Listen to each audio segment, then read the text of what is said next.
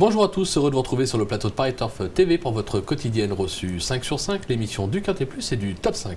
Pour m'accompagner aujourd'hui, j'ai le plaisir de recevoir Laurent Notariani. Bonjour Laurent. Bonjour Philippe, bonjour à tous. Laurent, direction Vincennes ce mercredi, le prix Murat, une épreuve pour 6 à 9 ans sur les 2700 mètres de la grande piste. Une épreuve intéressante avec une course européenne, donc quelques étrangers qui s'annoncent dangereux. En effet, les étrangères, ce ne sont que des femelles qui s'alignent dans cette épreuve, me plaisent beaucoup. D'ailleurs, ma pole position, c'est une étrangère. Ça m'étonne pas, c'est ce qu'on m'avait dit. On va commencer avec votre sélection, Laurent, on vous écoute. Donc, dans cette fameuse pole position, je conseille le numéro 4, Ruth Ristrup. Attention à la prononciation. Le 15, Ulula Bella. Le 8, Vacat Monet. Le 10, Venice Girl. Le 13, Tessie du Moulin. Le 6, Vicky Shima. Le 11, Pleasure Chronos. Et enfin le 2, Nuvola di Poggio. Eh ben, je vais m'amuser à prononcer tous ces noms, moi. Allez, on attaque avec le numéro 4, Ruth Ristrup.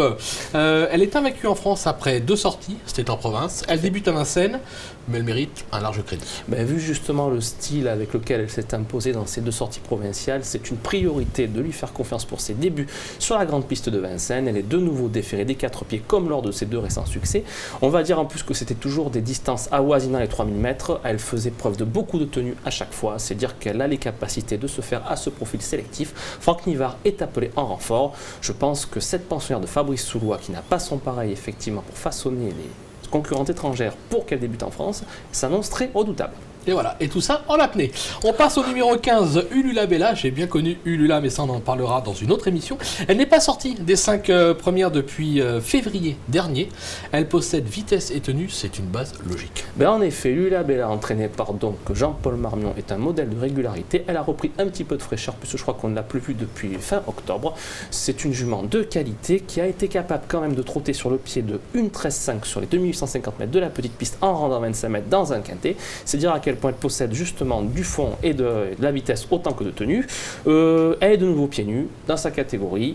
Je pense honnêtement que c'est aussi une bonne cliente. C'est logique. Le numéro 8, Vacat Monet, qui vient de renouer avec le succès. C'est notre course référence sur la grande et petite piste à Vincennes.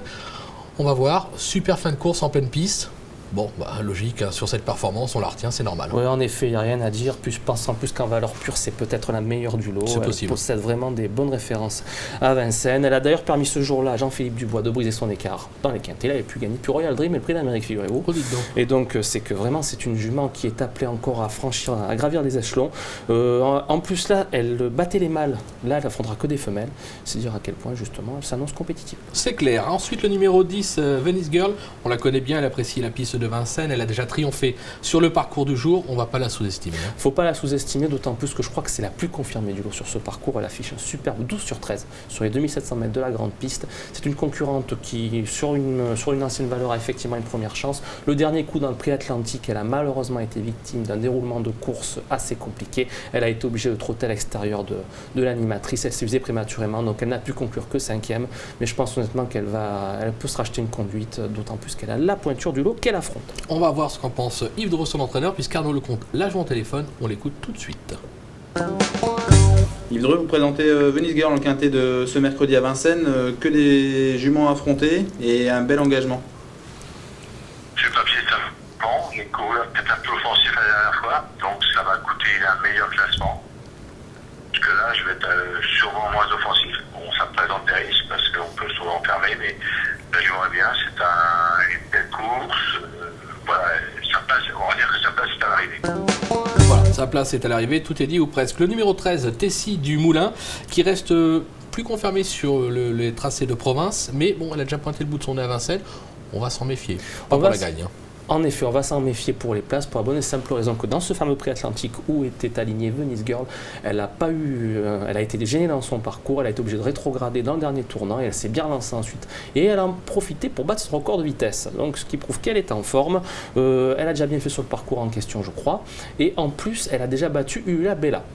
Donc ça prouve que j'ai mis plus haut dans mon pronostic, ce qui m'incite à penser qu'elle est capable de tirer son épingle du jeu. On va vous faire confiance, on va surtout écouter Yann Laura, qu'Arnaud Lecomte, agent téléphone, qui nous parle de ce numéro 13, Tessie du Moulin. On l'écoute. C'est vrai qu'elle n'a pas de performance sur la grande piste, mais je pense pas que c'est un problème, c'est comme ça, c'est le hasard qui a fait que ça s'est mal passé. Avec un parcours correct, vous la sentez compétitive malgré la présence des 6 ans?